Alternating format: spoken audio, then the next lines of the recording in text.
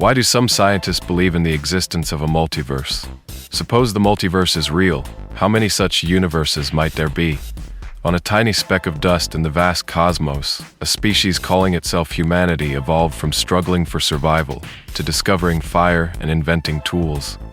One day they looked up at the stars, and thus began our quest to explore the mysterious universe. Every person has their origin story, a small world of their own, surrounded by darkness. These clouds are not just geographical, they are also metaphorical. All human effort begins in the mist of mystery. Only as we learn do these mists begin to clear. Like the surface of Earth, clouds of mystery also veil the universe. For hundreds of years, we have turned our eyes to the skies. Using the most powerful telescopes, we have observed deeper and deeper into the cosmos, detecting stars, galaxies, black holes, and planets. We have looked back over 13 billion years and witnessed the afterglow of creation.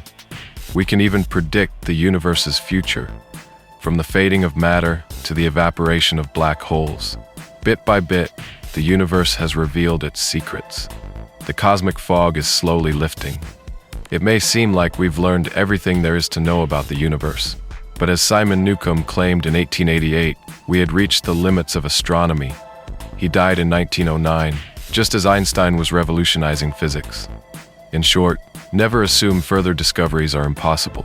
This is where scientists now stand, atop towers of complex equations, with precisely crafted theories and extraordinary observational tools, trying to peer further into the unknown. But unlike ancient maps, this is not just a fog of distance. These clouds are around us, within us, and ahead of us, representing new universes born beyond our cosmic horizon, in our distant past, or in every moment of our minds. As our knowledge of theoretical physics grows, ideas that once seemed radical are becoming possible, even probable. The multiverse theory has emerged to answer some of the most profound questions about us and the nature of the cosmos. From infinite parallel versions of yourself to vast, empty voids, scientists are dispersing the fog of ignorance to uncover a twisted, nested, Matryoshka doll-like infinite cosmos. Universes that coexist side by side, snuggling yet separate. Welcome to the multiverse. Modern multiverse theories divide the multiverse into 4 levels. Let's begin with level 1. In April 1920, the Smithsonian Museum of Natural History in Washington, D.C., hosted a grand debate. On stage were Harlow Shapley and Heber Curtis, 2 renowned astronomers. Shapley believed the universe was small. The stars of the Milky Way were all there was. While aware of spiral nebulae seen through telescopes, he argued they were simply features within our own galaxy. Curtis disagreed. He claimed the universe was far larger than most astronomers could accept. He argued that spiral nebulae were independent galaxies, millions of light years away, each with billions of stars, and that there could be countless such galaxies beyond the edge of the Milky Way. The debate took the audience on a wild journey across the cosmos, but ended with no clear winner. Shapley and Curtis went their separate ways, and the size of the universe remained unresolved. On the other side of America, Edwin Hubble had just joined Mount Wilson Observatory in California. Determined to settle the question once and for all, he began using the world's largest telescope, the newly installed 100-inch Hooker telescope, to measure cosmic distances.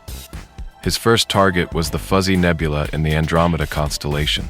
Astronomers had observed individual stars within the nebula, but how far were they? There were 2 possibilities. They were either nearby dim stars or distant bright stars.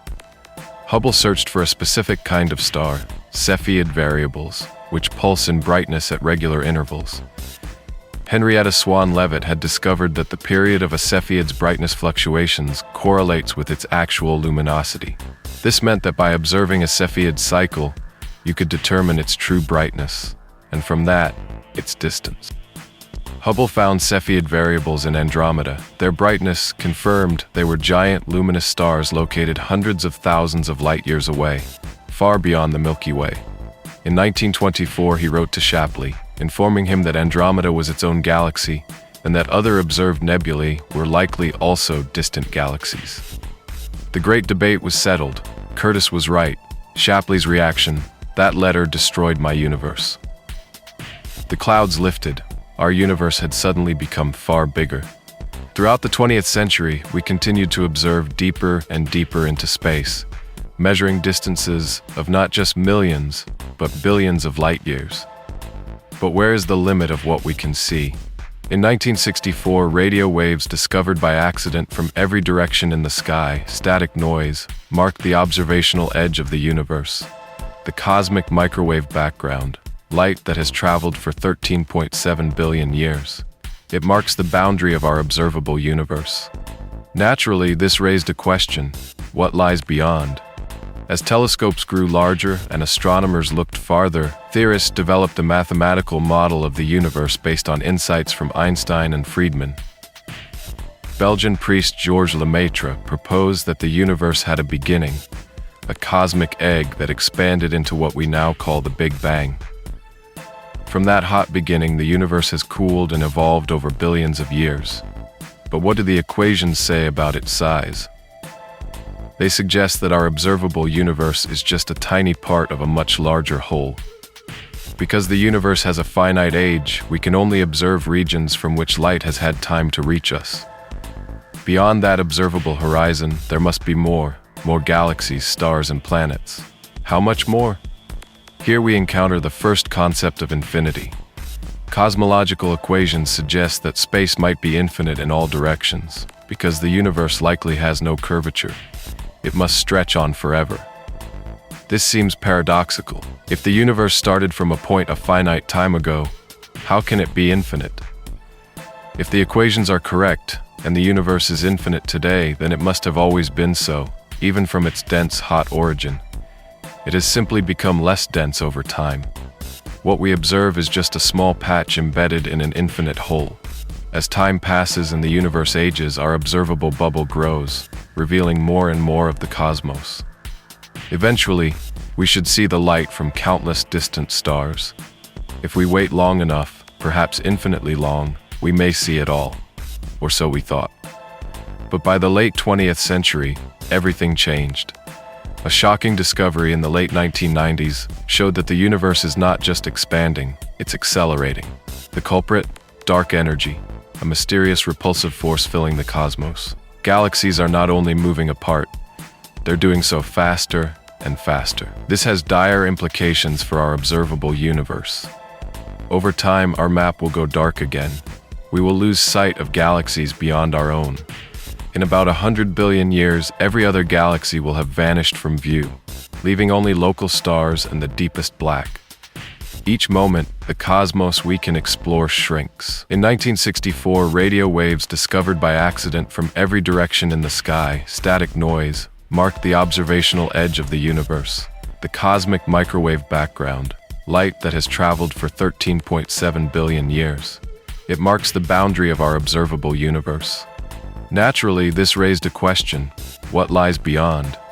As telescopes grew larger and astronomers looked farther, theorists developed a mathematical model of the universe based on insights from Einstein and Friedman. Belgian priest Georges Lemaitre proposed that the universe had a beginning, a cosmic egg that expanded into what we now call the Big Bang. From that hot beginning, the universe has cooled and evolved over billions of years. But what do the equations say about its size? They suggest that our observable universe is just a tiny part of a much larger whole. Because the universe has a finite age, we can only observe regions from which light has had time to reach us. Beyond that observable horizon, there must be more galaxies, stars, and planets. How much more? Here we encounter the first concept of infinity. Cosmological equations suggest that space might be infinite in all directions. Because the universe likely has no curvature, it must stretch on forever. This seems paradoxical. If the universe started from a point a finite time ago, how can it be infinite? If the equations are correct, and the universe is infinite today, then it must have always been so, even from its dense, hot origin. It has simply become less dense over time. What we observe is just a small patch embedded in an infinite whole. As time passes and the universe ages, our observable bubble grows, revealing more and more of the cosmos. Eventually, we should see the light from countless distant stars. If we wait long enough, perhaps infinitely long, we may see it all. Or so we thought. But by the late 20th century, everything changed. A shocking discovery in the late 1990s showed that the universe is not just expanding, it's accelerating. The culprit?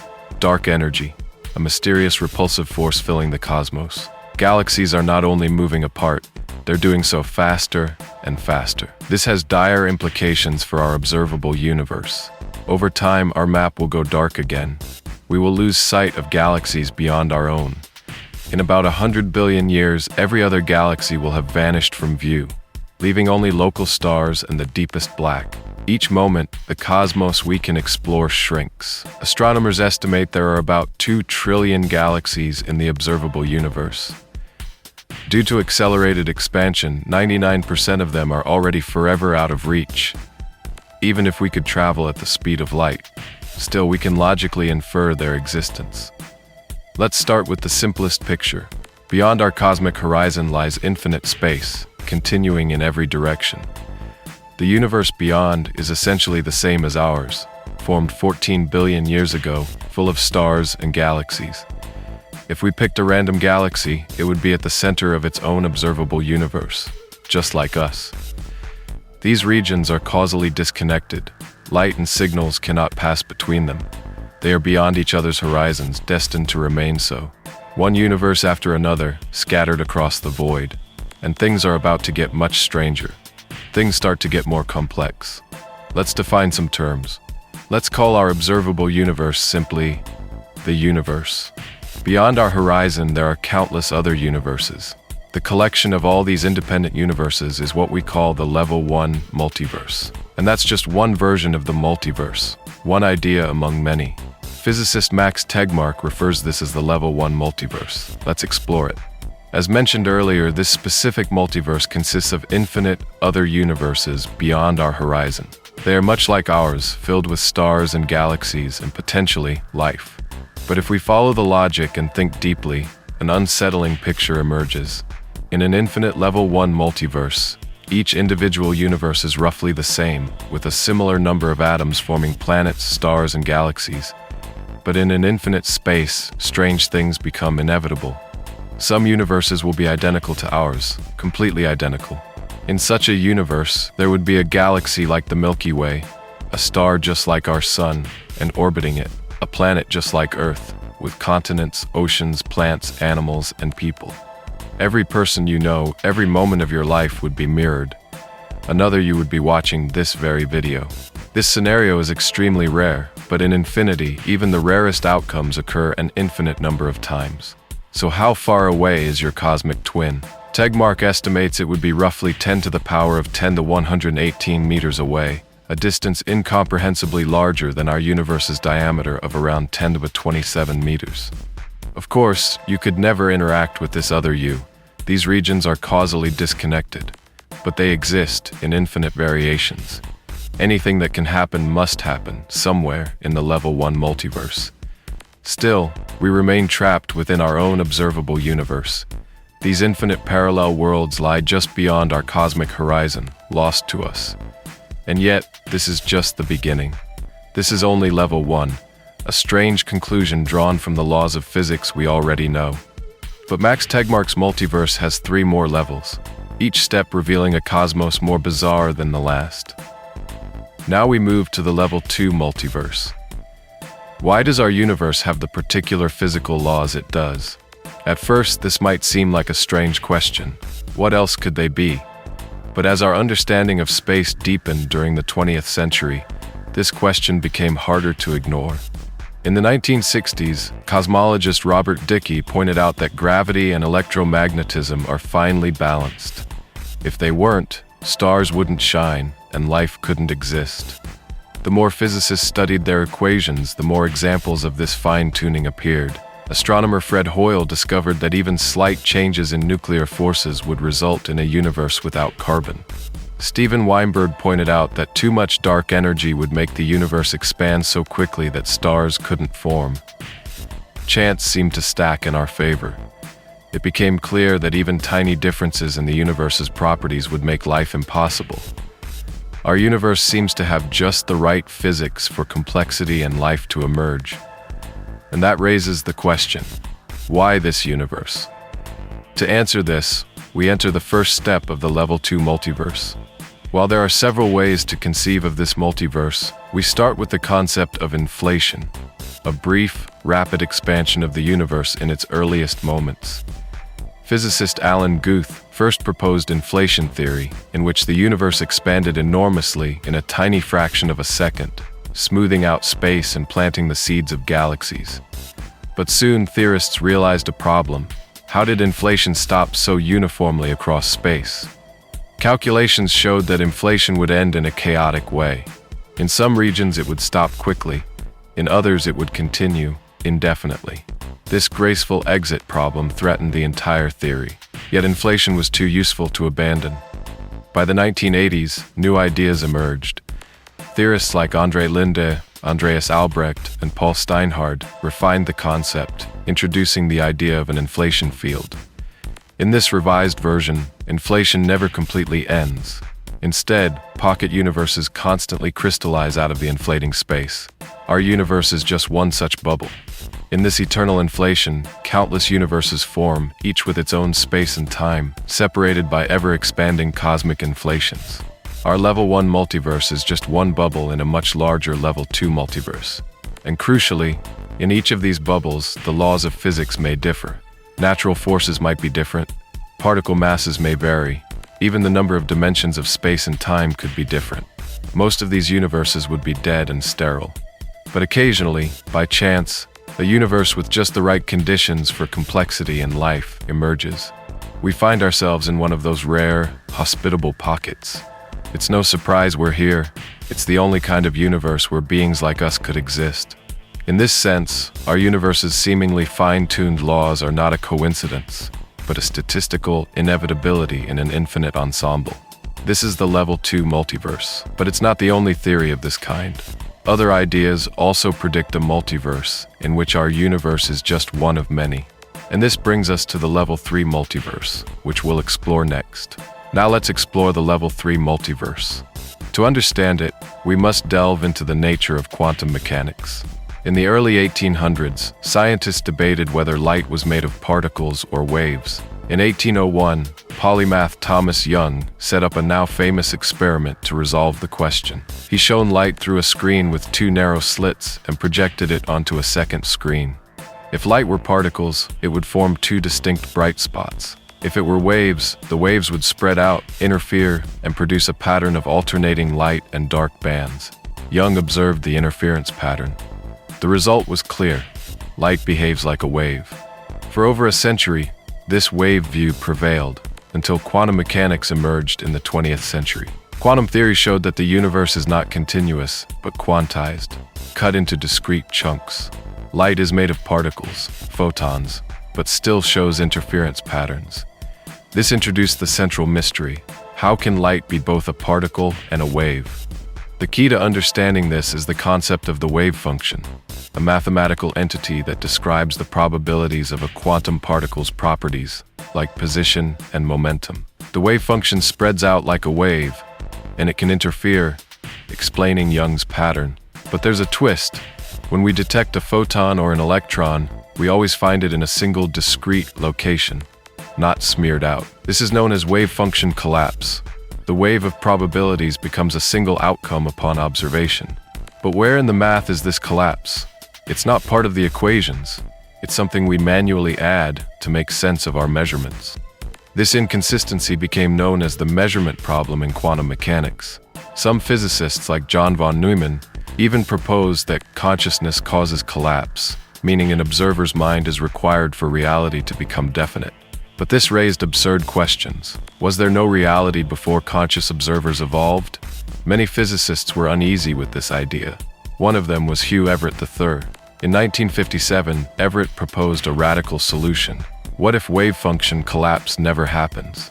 What if the wave function continues to evolve, always following the Schrödinger equation? In that case, when a quantum measurement is made, all possible outcomes occur, but in different branches of the universe. This is the many worlds interpretation of quantum mechanics.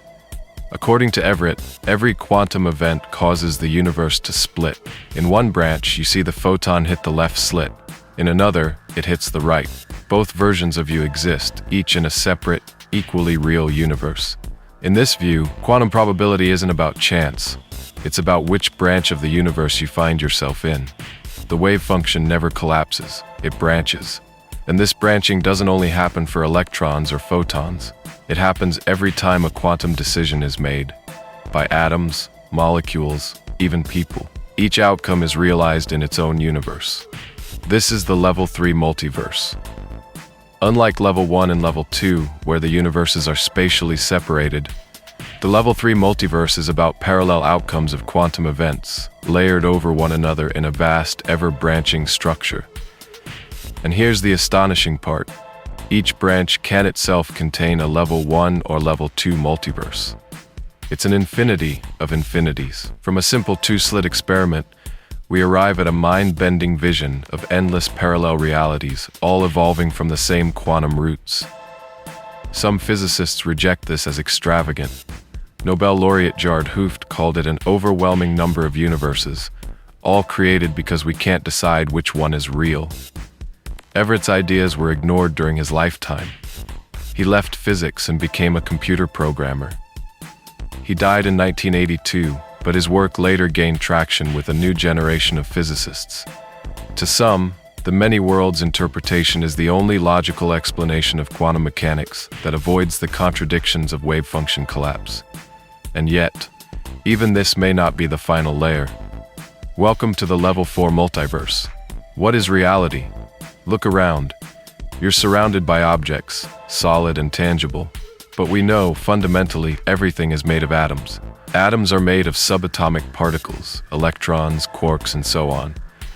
But even these particles are described by abstract mathematics. Physics tells us that reality is governed by equations, by mathematical structures. The laws of nature are written in the language of math. But this raises a profound question. Where do these laws exist? This is where Max Tegmark's level 4 multiverse comes in. He proposes that mathematics itself is reality. Every coherent mathematical structure corresponds to a real universe. In this ultimate ensemble, all possible mathematical frameworks exist, and so do the universes that they describe. Every logically consistent set of equations gives rise to a physical reality. This includes every conceivable version of the laws of physics, different particles, forces, dimensions, and more. This is the final and most radical step. The idea that we are not just in a universe that follows mathematical laws, we are a mathematical structure. This has parallels with the simulation hypothesis, the idea that we live in a computer simulation. But the level 4 multiverse goes further. It doesn't require a computer or programmer. It is pure math, existing outside time and space. We are exploring ideas at the very edge of human comprehension, the limits of reason and imagination. We began our journey by looking beyond the horizon. Now we're questioning the nature of reality itself. The multiverse is not one idea, but many. Some are grounded in well-tested physics. Others remain speculative. Some physicists believe the multiverse is inevitable. Others reject it entirely, calling it unscientific. And yet, the math is compelling. The implications are profound. Perhaps our universe is one bubble in an eternally inflating sea. Perhaps we are one thread in a tangled quantum tapestry. Or perhaps we are nothing more than a dream woven in the mind of a mathematician. No matter what the truth is, the fog of ignorance is lifting, and the cosmos is stranger than we ever imagined.